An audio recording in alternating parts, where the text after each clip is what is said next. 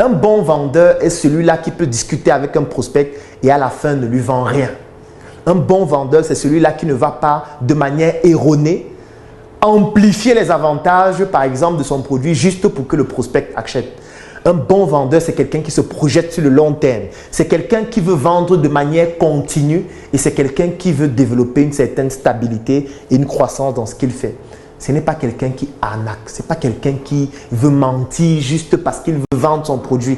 Ce n'est pas quelqu'un qui, à la fin de la journée, comme je parlais du calendrier, de l'agenda tout à l'heure, va juste te dire, aujourd'hui, j'ai fait 5 ventes, j'ai fait 10 ventes. Non. Les prospects ne sont pas des numéros. Les prospects, ce sont des vies humaines que vous devez transformer. Les prospects, ce sont des personnes qui ont une histoire. Les prospects, ce sont des personnes qui ont un vécu. Les prospects, ce sont des personnes qui ont une expérience de la vie, qu'elle soit positive ou négative. Et c'est ces expériences, ces vécus que vous devez pouvoir découvrir pendant votre découverte. Ça signifie que la découverte, c'est un moment fondamental durant lequel vous devez comprendre le prospect. Vous devez l'écouter. Vous devez analyser sa psychologie parce que le client achète lorsqu'il a été compris, pas lorsque vous avez expliqué de manière détaillée toutes les caractéristiques ou toutes les caractéristiques plutôt de votre produit et de votre service. Le prospect a envie de comprendre que vous le comprenez, que vous vous intéressez à ce qu'il vit, que vous essayez au maximum de vous mettre dans sa peau, dans l'objectif de lui proposer exactement ce qui correspond à ce qu'il vit. Imaginez-vous une image. Vous arrivez dans un hôpital, vous achetez un carnet, vous payez pour une consultation chez un médecin et dès que vous entrez dans son bureau, vous ouvrez la porte, il vous dit « J'ai lu que vous avez les maux de tête, voici l'ordonnance. Allez juste acheter ça en pharmacie. » Comment vous allez vous sentir? Vous allez vous dire que cette ordonnance va résoudre votre problème? Vous allez vous dire que c'est un médecin à qui il faut faire confiance? Lorsque, à peine entré dans son bureau, il vous a déjà dit ce qu'il faut acheter. Vous arrivez chez un médecin, vous vous asseyez, vous dites vraiment, docteur, je m'appelle tel, j'ai des maux de tête depuis 2 semaines et je ne sais pas ce qu'il faut faire. Il dit, ah, d'accord, comme vous avez des maux de tête, voici ce qu'on va faire. Je vais vous prescrire le paracétamol. Vous connaissez le paracétamol? Vous allez prendre un comprimé. En fait, il vient d'échouer totalement la prospection commerciale. Parce que à ce moment donné, vous êtes en train de considérer cette personne comme un numéro. Vous êtes en train de considérer cette personne comme un échantillon sur lequel vous testez vos ordonnances. Et c'est la même chose que la plupart des mauvais vendeurs commettent comme erreur durant la découverte. La découverte, c'est un moment agréable.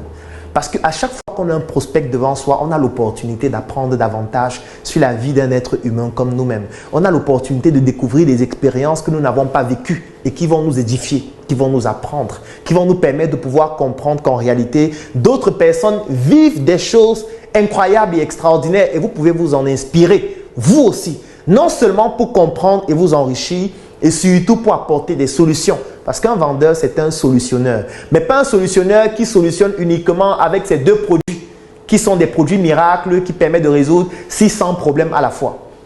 Un bon vendeur, c'est quelqu'un qui fait ce que je vous ai présenté dans le module 1. C'est-à-dire identifier le problème, comprendre les caractéristiques du produit ou du service qu'il propose qui permettent de résoudre le problème après avoir identifié le produit ou le service qu'il veut proposer. Faire l'expérience lui-même pour savoir exactement quel est le type de problème pour lesquels ce produit ou ce service est la solution et uniquement proposer ce produit ou ce service lorsqu'il s'agit exactement de ce problème parce qu'on sait que la solution permettra des recommandations ultérieures. Première erreur à éviter, ne pas faire de découverte, ne pas essayer de comprendre le prospect, ne pas essayer de le laisser s'exprimer, ne pas essayer de lui permettre de parler de ce qu'il vit. Parce que j'ai dit antérieurement qu'un vendeur, c'est un solutionneur. Un solutionneur, c'est quelqu'un qui apporte des solutions pour résoudre des problèmes. Et ces problèmes, ce sont des êtres humains qui ont ces problèmes. Ça veut dire que quand quelqu'un a un problème, il aimerait qu'on s'intéresse à son problème. Il aimerait qu'on écoute son problème. Même si on n'a pas de solution, il aimerait qu'on écoute. Parce que parfois, le simple fait d'écouter le problème permet de le réduire de 50%. Même si vous n'avez pas de solution, le fait de montrer au prospect que vous êtes intéressé, que vous avez envie de mieux comprendre ce qu'il vit, va vous permettre de pouvoir, la plupart des fois, avoir des confidences exceptionnelles qui vont vous permettre de pouvoir être quelqu'un qui entre dans la zone de confiance du prospect. Parce qu'en réalité, la chose la plus difficile pour un vendeur, c'est d'entrer dans la zone de confiance de son prospect. Vous pouvez vendre des produits sans entrer dans la zone de confiance de votre client. Entrer dans la zone de confiance veut dire qu'au-delà des produits et des services que vous proposez, votre client peut vous parler d'autres choses. Il peut vous parler d'autres problèmes qu'il a dans d'autres domaines. Dont il sait même que vous n'avez pas l'expertise, mais étant donné que vous êtes dans la zone de confiance, du fait que vous avez montré votre empathie par rapport à son ou ses problèmes, il comprend qu'avec vous, il peut construire une relation sur le long terme. Cette relation client qui doit commencer par l'expérience client durant la découverte durant laquelle les émotions doivent être analysées et interprétées de manière fine. Parce que la découverte n'est pas que verbale, elle est aussi non verbale et surtout écrite. Comme j'ai présenté les étapes de l'art oratoire que vous devez développer durant le module 1, au bout duquel je vous expliquais de manière pointue et pertinente pourquoi vous devez soigner votre art verbal, votre art non verbal et surtout votre art écrit lorsque vous êtes dans une démarche de prospection commerciale. Donc, la découverte, c'est découvrir l'autre. Découvrir l'autre, c'est arrêter de parler de soi-même. Découvrir l'autre, c'est laisser l'autre parler de